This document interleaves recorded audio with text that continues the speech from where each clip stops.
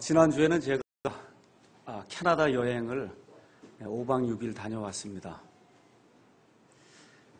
1년에 이제 몇 차례씩 이제 국외 출장을 이제 다녀야 되는데, 이번에는 캐나다로 이제 간다고 하니까, 조금 좀 마음이 설레는 감이 있었습니다. 1992년 9월에 지금부터 정확하게 한 29년 전에 아무것도 모르는 상태에서 제가 캐나다로 이제 유학을 가게 됐습니다. 그래서 미국의 이제 뉴욕 공항에 밤에 도착해서 하룻밤 이제 자고, 그래서 그 다음날 아침에 뉴욕에서 캐나다 처음으로 들어간 그 공항이 몬트리올 공항이에요. 그래서 이번에 이제 간 도시가 몬트리올인데, 그래서 몬트리올에서 또 이제 1시간 타고 뉴 브런스윅 주라고 하는데, 거기 수도가 있는 프레드릭턴이라고 하는 그런 도시에 가서 이제 92년부터 제가 이제 석사 공부를 이제 하게 됐습니다. 사실 좀 시간이 있었으면 제가 같이 제 아내와 함께 공부도 하고 하던 이 프레드릭턴에 이제 가면 참 좋겠다 이런 생각을 했는데, 사실 갈 수 있는 그런 기회는 없었고, 어쨌든 이제 몬트리올에 가서 그래서 거기서 한 4일 정도 지내면서 이런저런 이제 생각들을 할 수 있는 그런 계기를 가졌습니다. 여러분 잘 아시다시피 캐나다는 영어하고 그다음에 불어를 공용어로 쓰는 그런 나라입니다. 그래서 여러 주가 이제 합쳐진 연방 국가인데, 그 여러 주 중에 퀘벡이라고 하는 그런 주가 있어요. 그래서 그 퀘벡 주의 가장 큰 도시가 몬트리올입니다. 그래서 여기서는 불어만 써요. 그래도 영어도 이제 공용어이기 때문에 써야 되기 때문에 조그맣게 이제 붙여놓고 있고, 그래서 대부분 이제 불어를 씁니다. 그래서 5박 6일의 이제 짧은 그런 여정이고, 제가 뭐 여러 차례 이제 외국을 이제 나가고 하기 때문에 혼자 이제 가서 이게 뭐 돌아다니면서 구경한다고 하는 건 이미 한 10년, 15년 전에 다 이거 뭐 그렇게 큰 의미가 없구나 하는 게 다 접어놨기 때문에 이제 어떻게 책도 좀 읽고 이제 이런 쪽으로 이제 생각을 하면 이제 살게 되는데, 특별히 이번에는 뭐 더 나가고 할 게 없어요. 불어를 하기 때문에 뭐 알아듣질 못하니까 아예 이제 공항에 호텔에 이제 딱 묵으면서 여기서 이제 3일 책이나 읽고 이러고 이제 지내야 되겠다 이렇게 이제 생각을 하고 나단히 이제 포기를 했습니다.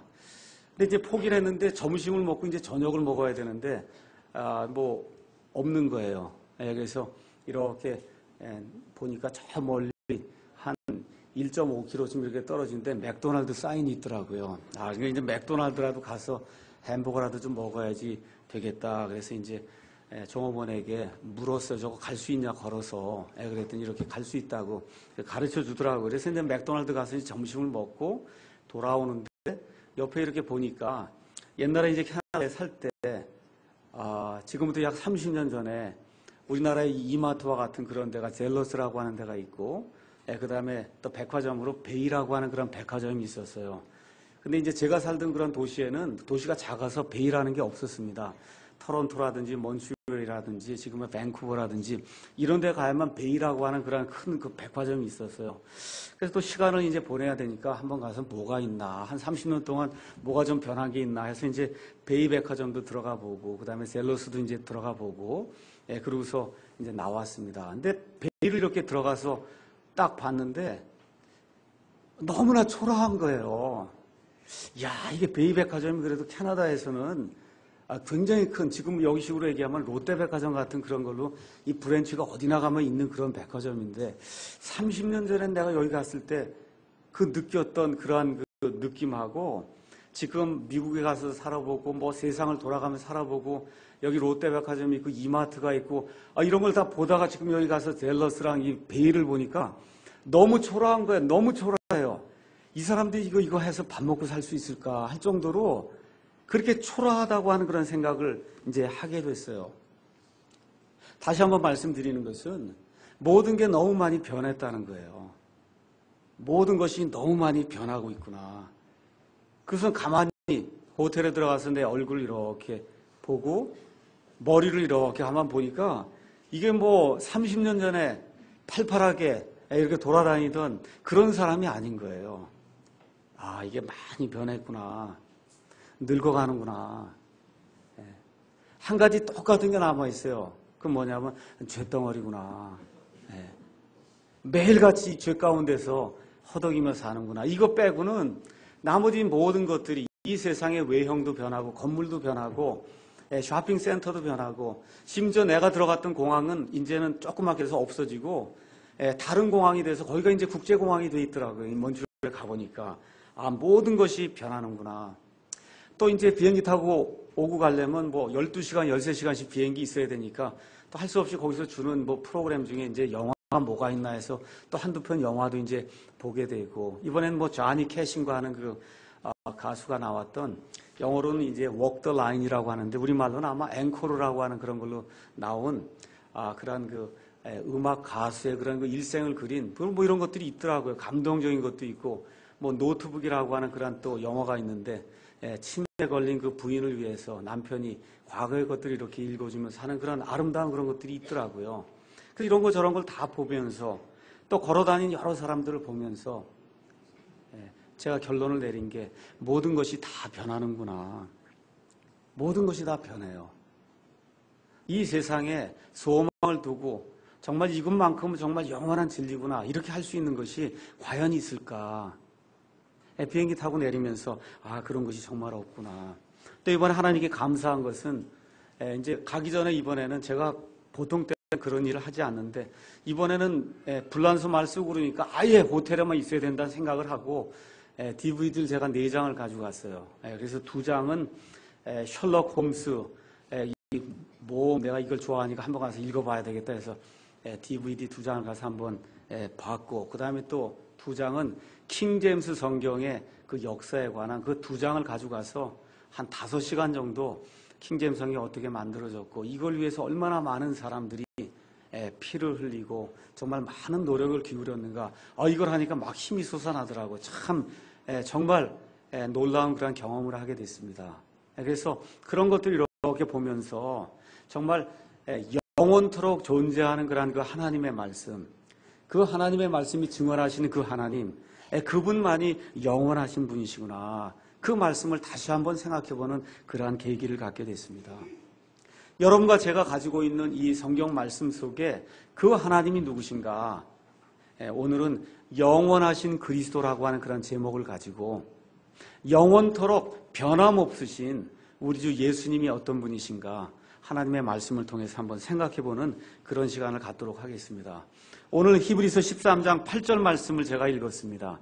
히브리서는 여러분이 잘 아시다시피 사도 바울이 히브리 사람들에게 보낸 하나님의 말씀입니다. 히브리서 그 1장에 가서 보니까 1장 10절에서 12절에 이와 같은 말씀이 기록되어 있습니다. 히브리서 1장에 가서 보니까 10절에 오 주여 주께서 처음에 땅에 기초를 놓으셨사오며 하늘들은 주의 손이 이루신 작품이니이다. 그것들은 멸망하려니와 오직 주는 여전히 계시고 그것들은 다 옷같이 낡아지리니 주께서 의복같이 그것들을 접으시면 그것들이 바뀌려니와 주는 동일하시고 주의 횟수는 끊어지지 아니하리이다 라고 하는 그런 말씀이 있어요. 하나님께서 무에서 유로 온 세상에 있는 모든 것들을 다 만드셨는데 이 모든 것이 끝날 때가 있습니다. 이 물질적인 이러한 세상이 끝날 때가 있는데 그래도 우리 하나님은 여전하시다는 거예요. 여러분 옷 보세요. 옷이 시간이 지나면 이게 낡아지지 않아요? 이걸 또 사지 않습니까? 낡아진단 말이에요. 신발도 낡아져요. 옷도 낡아져요. 사람도 낡아진단 말이에요. 그렇죠? 근데 어떻다 그래요? 우리 하나님은 여전히 동일하시다는 거예요. 오늘 여기 히브리서 13장 8절에 있는 이 말씀을 가지고 여기 나온 이 하나님, 우리 주 예수 그리스도, 이분의 불변하심, 영원토록 불변하심에 대해서 다시 한번 생각해보는 그런 좋은 시간이 되기를 주님의 이름으로 축원합니다. 히브리서 13장 8절을 가서 보면 여러분이 오늘 집에 가셔서 히브리서 13장을 한번 이렇게 읽어보시면 히브리서 13장 8절은 이렇게 보면 도대체 이 말씀이 왜 여기에 나와야 될까?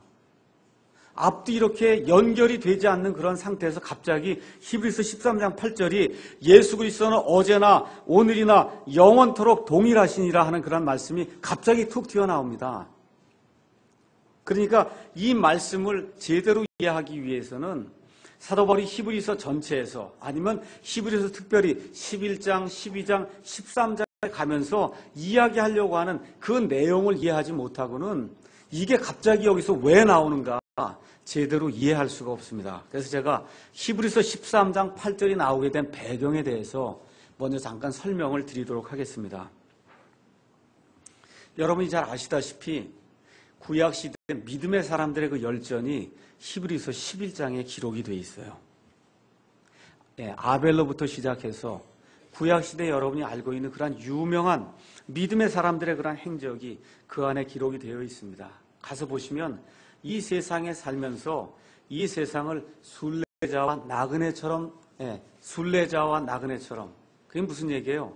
영원치 않다는 거예요. 이 세상을 텐트에서 사는 것처럼 그렇게 살면서 하늘나라를 소망하며 살아갔던 그런 사람들의 일대기가 그 안에 이렇게 기록이 되어 있습니다. 여러분 오늘 집에 가셔서 히브리서 11장을 한번 읽어보세요. 많이 읽어보셨을 겁니다. 제가 한번 여러분에게 여쭤볼게요. 그 믿음의 사람들의 그 삶이 쉬웠을까요? 어려웠을까요? 여러분 쉬웠을까요? 어려웠을까요? 어려웠어요. 가서 읽어보세요. 쉬운 삶이 아니었습니다. 굉장히 어려웠습니다. 이건 제가 뭘 말씀을 드리냐 하면 저와 여러분이 구원받고 하나님의 나라에 갈 때까지 성화되는 그런 삶을 살아야 되는데 구원은 단순간에 이루어지는 거예요. 일순간에 이루어지는 거예요. 그래서 구원은 어느 면에서 쉽다고 할 수가 있어요. 근데 구원받은 사람이 하나님의 나라를 사모하면서 이 육체 안에서 사는 그 삶은 그리 쉽지 않습니다. 쉬운 삶이 아니에요. 그러한 이야기들이 이제 기록이 되면서 12장 1절에 가서 보면 사도 바울이 이 구약시대 이 여러 사람들의 이야기를 다 이야기한 다음에 히브리 사람들이 지금 예수 그리스도의 복음을 받아들이고 하나님의 말씀대로 살려고 하니까 삶이 쉬울까요? 쉽지 않을까요? 쉽지 않아요. 이방 사람들이 조롱하고 히브리 사람들 중에서 아니 왜 예수를 믿냐 이렇게 손가락질하는 사람들 때문에 이중고를 겪는 겁니다. 이 히브리 사람들이. 그러니까 히브리서 12장 1절에서 사도 바울이 우리에게 이렇게 큰 구름같이 많은 그런 증인들이 있어서 이 사람들이 저 위에서 우리를 내려다보고 있으니까 우리가 믿음의 경주를 완주해야 되지 않겠냐. 인내로서 우리가 믿음의 경주를 완주해야 되지 않겠냐 하는 그와 같은 말씀이 기록이 되어 있고 그 다음에 2절에 가서는 이 사람들뿐만 아니라 예수님도 이 땅에 오셔서 하나님의 아들임에도 불구하고 많은 고난을 당하고 핍박을 당하고 학대를 당하는 가운데 하나님 바라보고 하나님의 말씀대로 살아간 그와 같은 우리의 본이 되셨으니까 우리의 믿음의 창시자요. 우리의 믿음의 완성자. 완성자 영어로 finisher예요. 지금 여러분이 잘 아는 말로 얘기하면 종결자란 말이에요. 종결자. 아시겠어요? 믿음을 종결시키는 분이란 말이에요. 믿음을 그분 예수님을 바라보자. 지금 사도 바울이 그렇게 이제 권면을 한 다음에 그 다음에 이제 12장 5절에서 11절에는 그래서 하나님의 자녀이기 때문에 이 세상을 살아보다 보면 하나님의 자녀이기 때문에 잘못을 하면 하나님이 우리에게 징계를 준다는 거예요. 징계가 없으면 하나님의 자녀가 아니다. 여러분 징계 있습니까? 징계 있어요? 없어요? 네. 여러분 자식들에게 징계 줍니까? 안 줍니까? 줘요? 안 줘요? 네, 줘요? 네, 우리 아이들에게 한번 물어봐야 되는데 어머니 아버지가 책망하고 징계해요? 안 해요? 해요? 안 해요? 아유 우리 태연이가 한다고 아주 큰 소리를 내는데 징계를 하면 왜 징계해요? 태연이 한번 얘기해봐. 아버지가 너는 내 아들이다 이렇게 하기 때문에 징계하는 거예요. 그 징계가 있단 말이에요. 징계가. 그래서 징계가 있으면 감사해야 된다. 사도 바울이 그 이야기를 하고 그 다음 12장 12절 17절은 힘을 내라.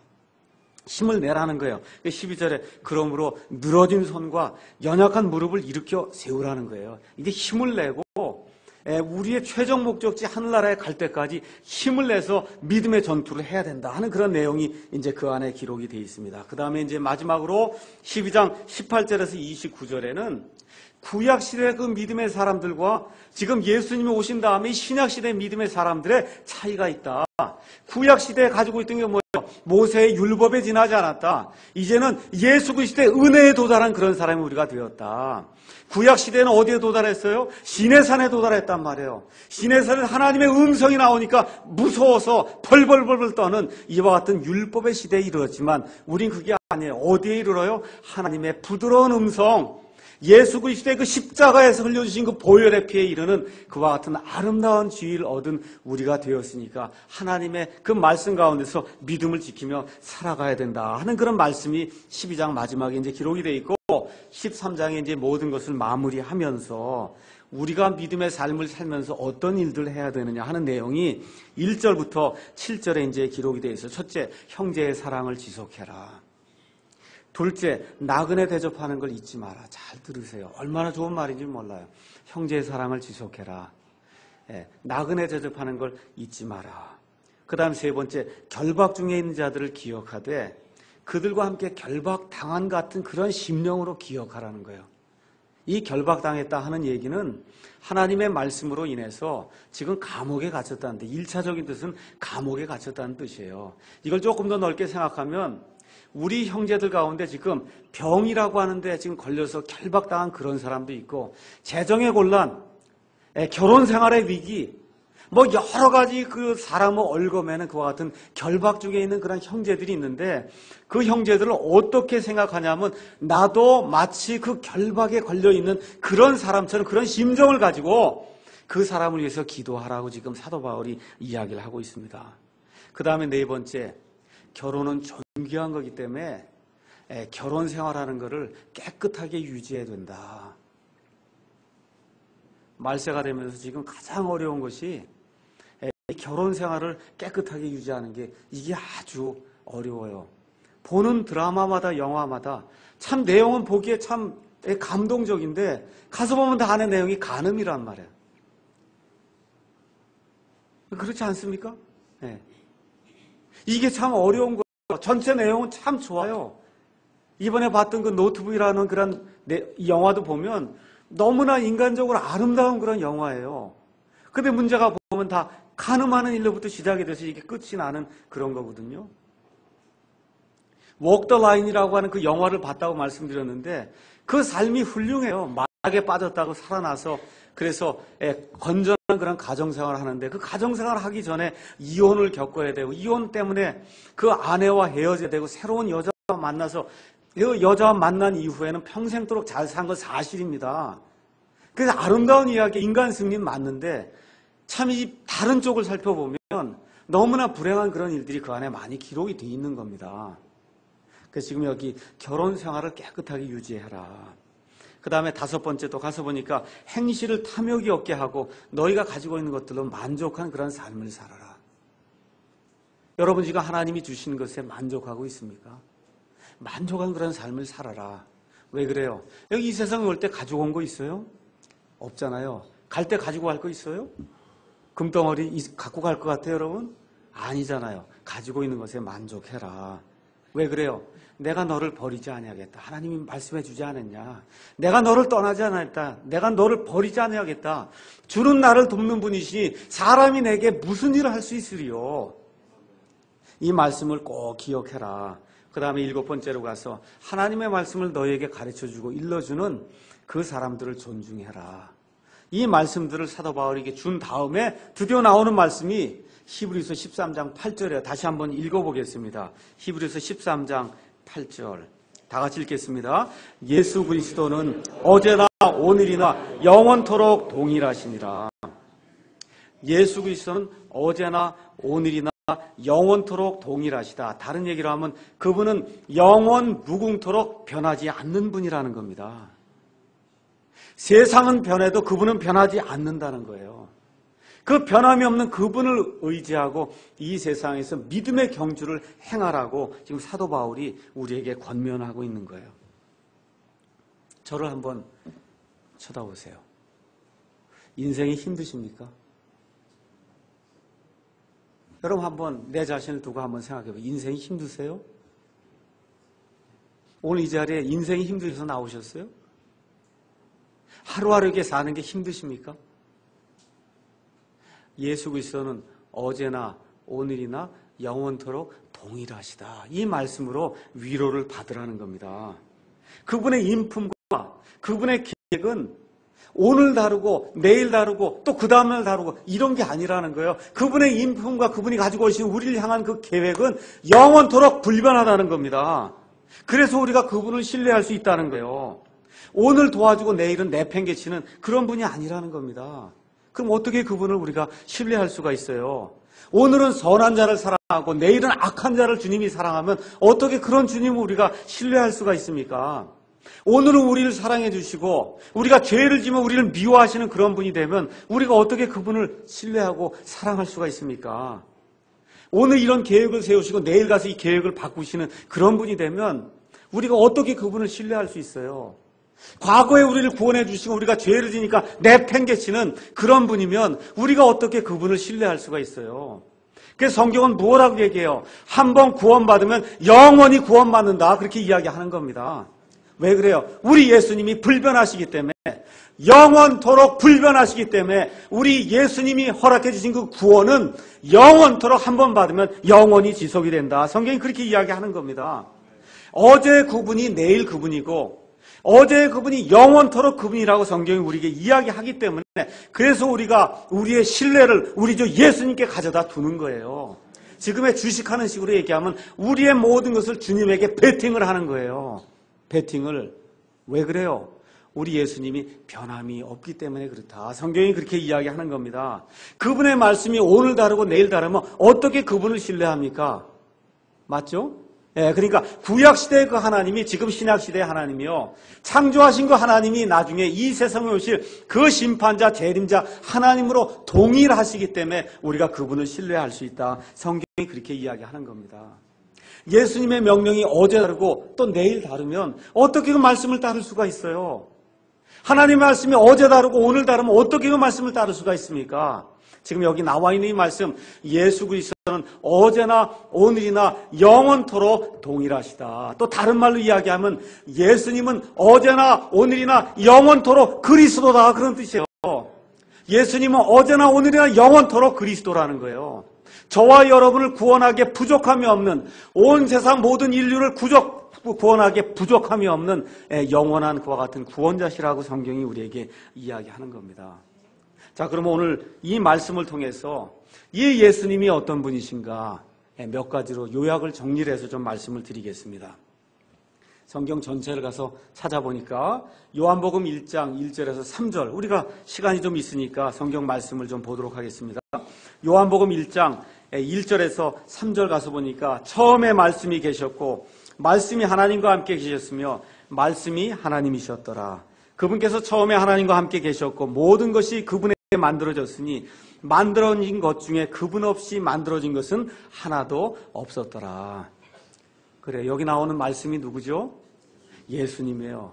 그 예수님이 모든 것을 창조하신 하나님이다. 지금 그렇게 이야기하는 겁니다. 많은 사람들이 여기 우주 공간이 200억 년 전에 생겼다고 하고, 아무것도 없는 가운데 콩알 같은 데서 모든 것이 뻥 튀겨갖고 나와서 빅뱅에서 생겼다고 하고, 원숭이에서 사람이 나왔다고 하고, 그렇죠? 이와 같은 거짓말들을 유포하고 다니는데 하나님 말씀은 그렇게 이야기하지 않습니다. 지금부터 약 6,000년 전에 하나님께서 성숙한 사람 아담과 이브를 만드셔서 그 이후에 하나님이 종류대로 만드신 모든 것들이 그 위에 계속해서 존재하고 있다. 지금 성경이 우리에게 그렇게 이야기해주고 있어요. 그래서 여기 나와 있는 하나님 말씀을 있는 그대로 믿으시면 이것이 인류의 바른 역사요. 모든 것을 담고 있는 하나님의 역사다. 우리가 그렇게 분명하게 이야기를 할 수 있습니다. 그래서 영원토록 불변한 그와 같은 그 예수님 누구시냐? 첫째, 창조자 하나님이시다. 성경이 그렇게 이야기하고 있습니다. 두 번째, 가서 한번 또 읽어보겠습니다. 디모데전서 1장 가서 찾아보겠습니다. 디모데전서 1장 15절에 참 좋은 말씀이 들어있습니다. 디모데전서 1장 15절에 가서입니다. 역시 이제 사도 바울이 기록한 말씀입니다. 제가 한번 읽도록 하겠습니다. 그리스도 예수님께서 죄인들 구원하시려고 세상에 오셨다는 이 말은 신실한 말이요 온전히 받아들이기에 합당한 말이로다. 죄인들 중에 내가 우두머리니라. 예수님이 저와 여러분을 구원하시기 위해서 이 세상에 오신 구원자 하나님이라는 거예요. 누구를 구원해요? 누구를 구원해요? 의인을 구원합니까? 착한 자를 구원해요? 누굴 구원해요? 악한 자를 구원한단 말이에요. 누굴 구원해요? 죄인을 구원한단 말이에요. 사도 바울의 표현에 따르면 죄인들 중에 우뜸 가는 죄인, 그 죄인을 구원하는 구원자 하나님이시다. 성경이 지금 그렇게 이야기를 하고 있습니다. 또 성경 말씀 맨 끝에 요한계시록 가서 한번 보겠습니다. 요한계시록 22장 20절에 가서 보니까 이것들을 증언하신 분께서 이르시되, 이 증언하신 분이 뭐예요? 요한계시록의 전체 내용을 사도 요한을 통해서 증언해 주신 그분이 예수님이거든요. 그 예수님께서 이르시되 내가 반드시 속히 오리라 하시는도다. 아멘. 주 예수님이여 과연 그와 같이 오시옵소서. 우리 주 예수 그리스도의 은혜가 너희 모두와 함께 있을지어다. 우리 예수님은 이 세상에 다시 오실 재림자 하나님이십니다. 우리 믿음의 창시자요, 우리 믿음의 완성자이신 그분, 온 세상 우주 만물을 만드신 그분이 온 세상 우주 만물을 끝내시는 그분이라는 거예요. 그래서 하나님께서 사도행전 17장 20절, 30절에 또 32절, 31절에 가서 보니까 하나님께서 한 날을 정하셔서 자신이 보내신 그 아들을 통해서 온 세상을 심판하시겠다고 말씀하셨어요. 그래서 우리 주 예수 그리스도는 영원토록 심판자십니다.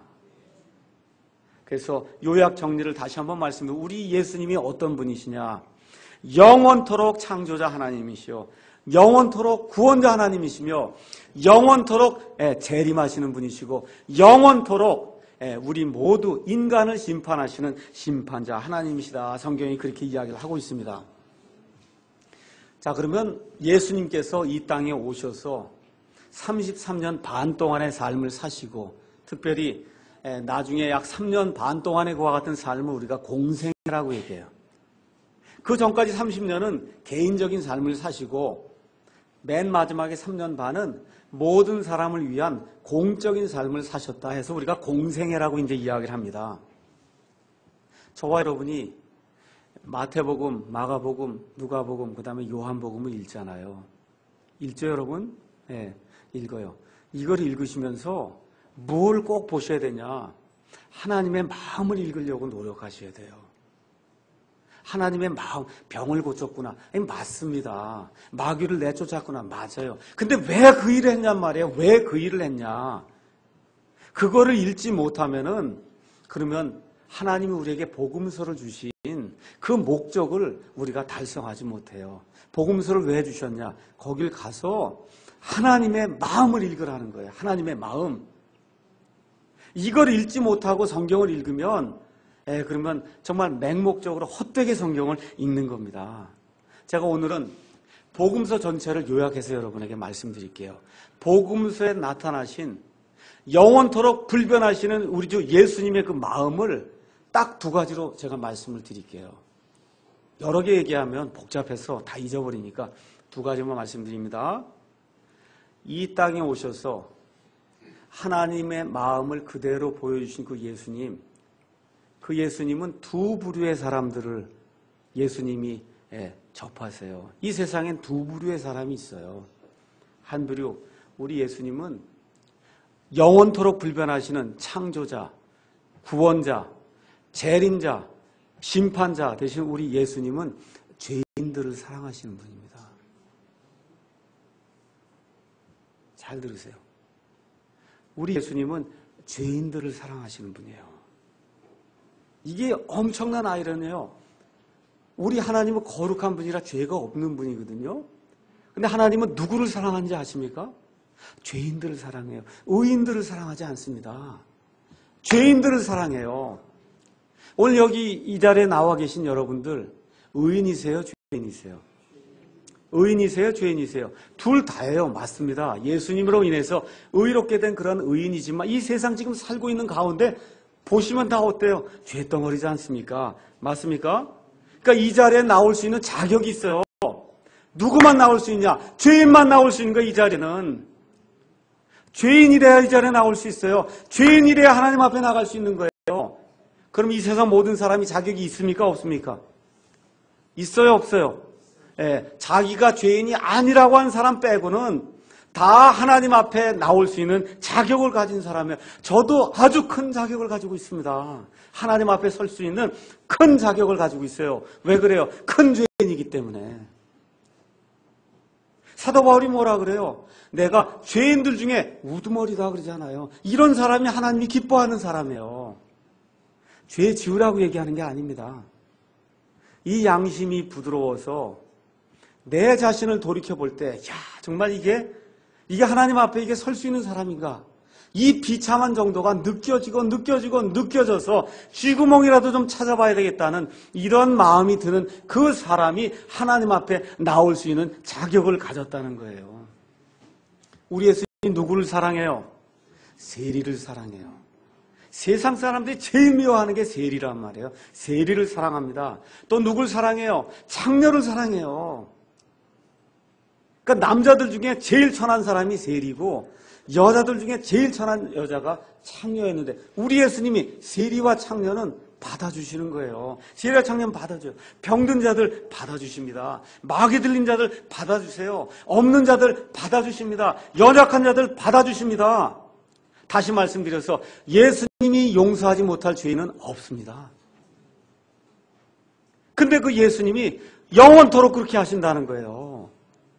예수 그리스도는 어제나 오늘이나 영원토록 동일하시다는 거예요. 예수님이 이 땅에 오셨을 때도 그렇게 하시고 지금 이 시간에도 그렇게 하시고 앞으로도 영원토록 우리 예수님이 죄인들을 사랑하시고 연약한 자를 사랑하셔서 힘을 주시고 불쌍한 자들을 불쌍히 여겨주신다고 성경이 이야기하고 있습니다.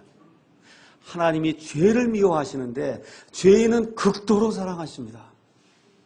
하나님은 죄를 미워하시지 죄인을 미워하지 않아요. 그래서 이 시간에 저와 여러분이 이 자리에 앉아서 나는 정말 하나님 앞에 이렇게 나아갈 자격이 있는 죄인인가 한번 생각을 해보시기 바랍니다. 그러니까 어떻게 하면 되냐면 나의 이 비참한 상태를 그냥 느끼고 하나님 아버지 앞에 나가면 돼요. 하나님 앞에 나가서 전능하사 뭐 해서 그냥 쭉 읽으면서 기도할 필요 있을까요? 없을까요? 없어요. 어떻게 하면 돼요? 주여 그러면 하나님이 다 아시는 거예요. 주여 불쌍히 여겨주시면 하나님이 다 아는 거예요. 이거 창세기부터 다 꿰지 않아도 하나님이 다 아는 겁니다. 창세기부터 계시록 다 몰라도 하나님이 다 아는 거예요. 아버지 돌아왔습니다 하고만 얘기하면 하나님이 다 아시는 거예요. 여러분 제가 아이들을 키웁니다. 아이들이 그 조금만 잘못하면 어떻게 해요? 책망을 하고 회초리를 들고 야단을 치죠. 근데 엄청나게 크게 잘못을 해서 삶이 망가질 정도가 되면 어떻게 해요? 여러분 어떻게 합니까? 너 나가서 죽어라 그러고 내쫓습니까? 어떻게 해요? 예, 끌어안고 안아주고 같이 우는 거 아니에요? 맞습니까? 우리 아버지가 우리 하나님이 그런 하나님이란 말이에요. 우리 하나님이 그런 하나님이에요. 내 팽개치고 너 가서 죽어라 그러고 그런 하나님이 아니라는 거예요. 근데 얼마 동안? 영원토록 하나님이 그렇게 불변토록 그렇게 하신다는 거예요.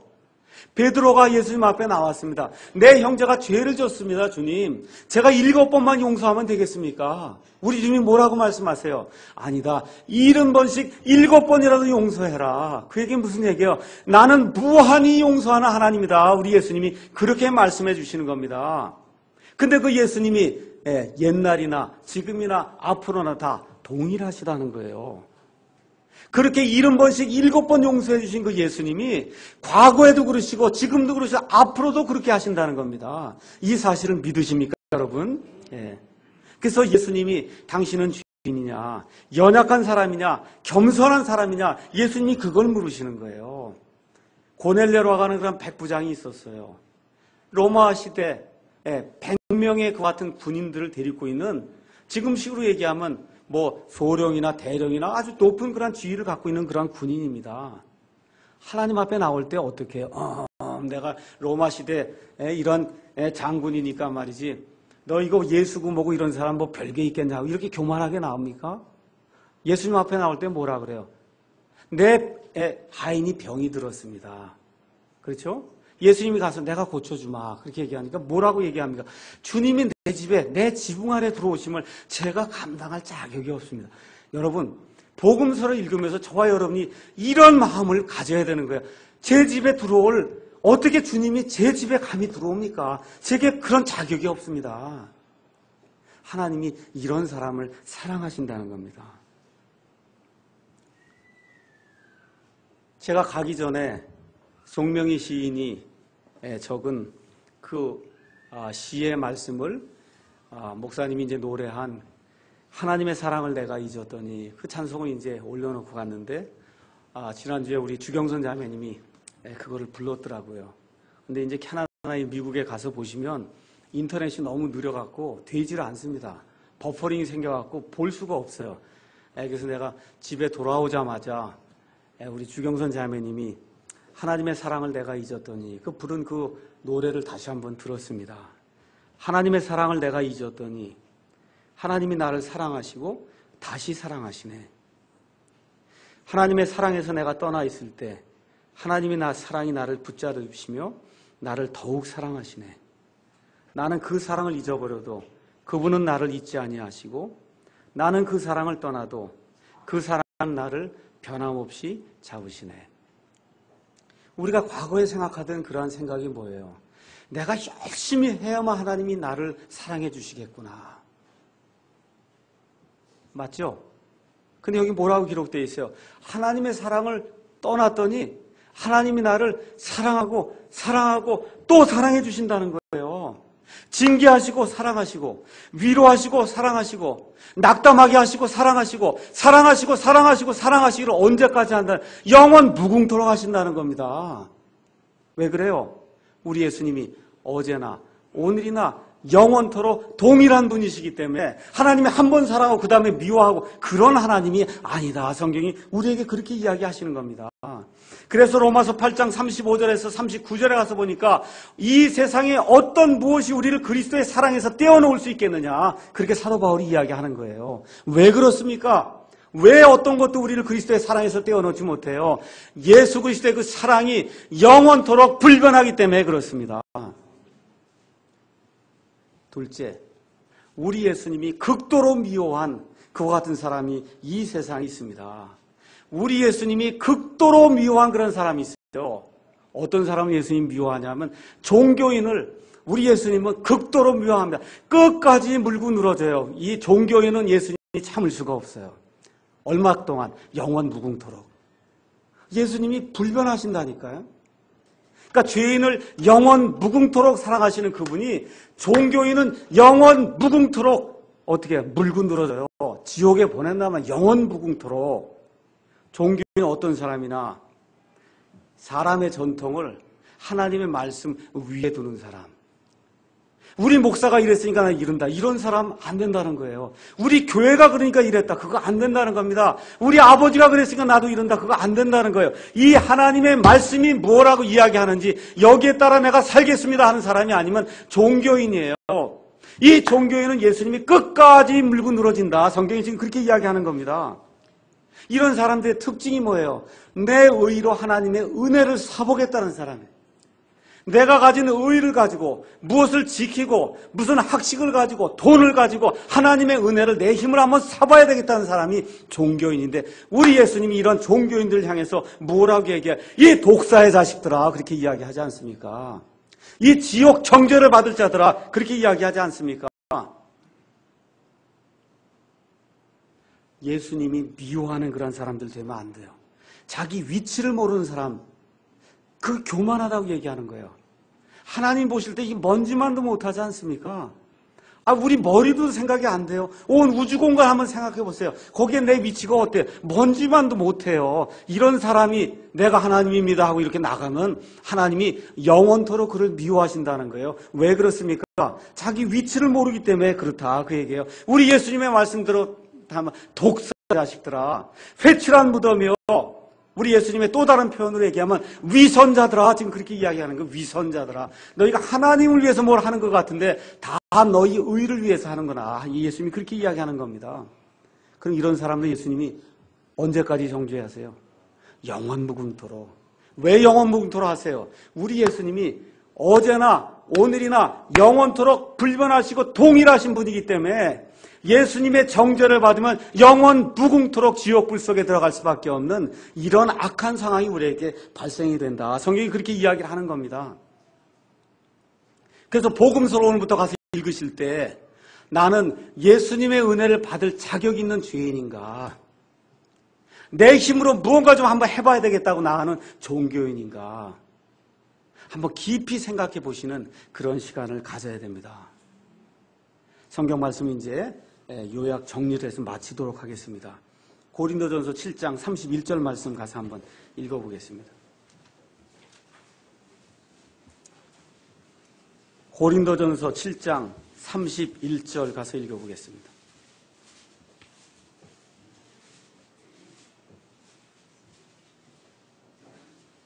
다 같이 한번 읽겠습니다.